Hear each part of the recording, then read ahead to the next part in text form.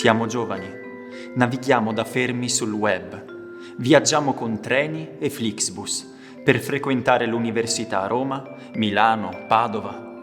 Concerti, raduni, flash mob ci catapultano nel nostro presente. Tutto scorre veloce, tutto cambia con un click. Verissimo, ma alle feste di paese, quelle che si ripetono ogni anno, il tempo sembra fermarsi, eppur ci travolge. Perché sono forse le uniche occasioni in cui si radunano tutti, in famiglia e in comunità, giovani e bambini, adulti e anziani. Abbiamo voluto capire come e perché, attraverso un viaggio in Alto Friuli alla scoperta delle radici delle feste.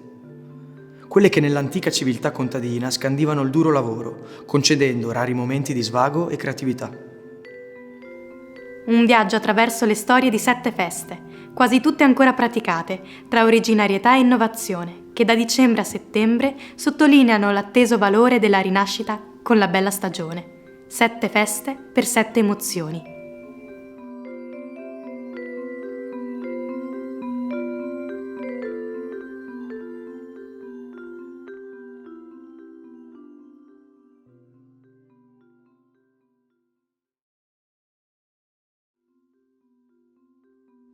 Vestita da principessa.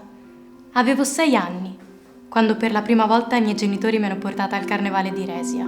Ricordo di aver sgranato gli occhi di fronte alla meraviglia di quei grandi cappelli, pieni di fiori, portati da donne e ragazze vestite di bianco, con ampie gonne, arricchite da nastri colorati.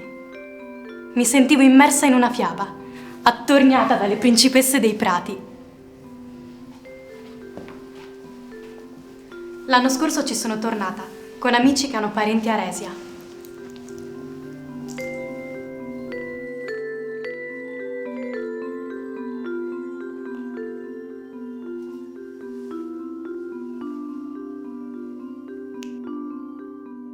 La fiaba mi si è ripresentata, amplificata dalla bellezza della natura incontaminata in questa valle al confine con la Slovenia, avvolta da un'atmosfera magica, animata dalle melodie e dai balli antichi. La meraviglia è tornata in me, come un'improvvisa sorpresa dell'anima.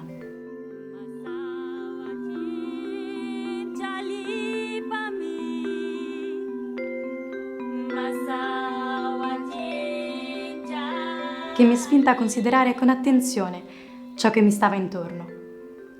Ecco Jadran, mio cugino che suona! Ha urlato con entusiasmo Marco. Ma è giovanissimo. Sì, ci ha risposto. Ha 15 anni. Davvero incredibile. Non mi sarei mai aspettata di vedere dei giovani. E non solo lui, anche altri che danzano ad una festa tradizionale.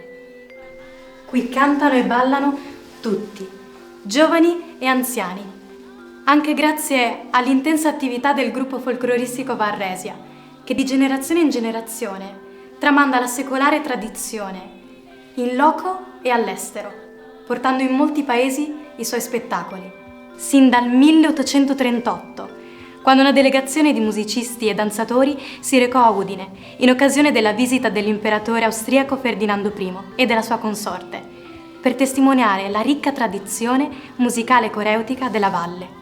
Una tradizione che risale sin dai primi insediamenti della comunità resiana, nel VI secolo d.C., e che nel carnevale inscena tutta la sua empatia e simbologia. In passato a Resia, così come in Carnia e in tutto l'arco alpino, i festeggiamenti carnevaleschi iniziavano con l'Epifania, che con l'accensione dei grandi falò promuoveva il ritorno della luce dopo il solstizio d'inverno. A Resia affiora ancora oggi il legame con questa simbologia, quando il mercoledì delle ceneri conclude il carnevale con il rogo del fantoccio. Detto Babaci, rappresenta il male da eliminare, propiziando la nuova stagione con la fertilità dei campi e l'abbondanza dei raccolti. Dall'infanzia ricordavo solo tante principesse e cappelli di fiori. Ma qui, con i miei amici, ho notato anche figure camuffate, vestite con abiti vecchi, sgualciti, scuri.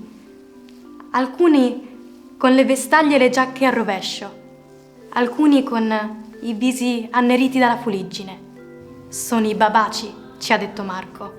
Sono le maschere brutte, che fanno da contraltare alle più note belle maschere bianche, che trasudano di meraviglia nell'alto cappello adorno di fiori di carta crespa colorata, arricchiti con pizzi e piccoli sonagli.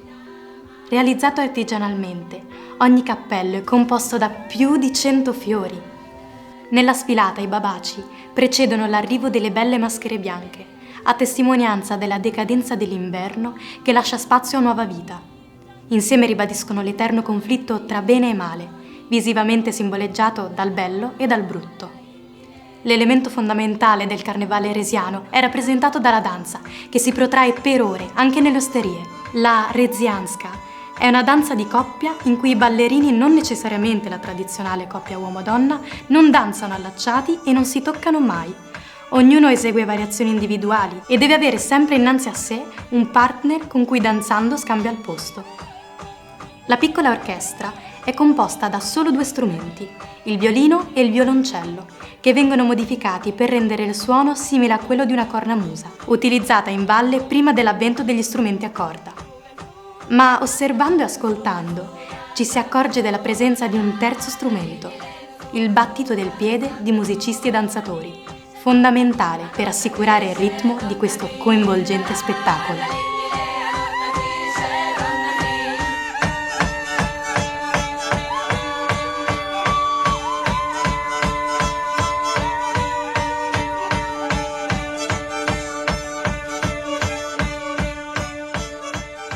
Sette feste per 7 emozioni.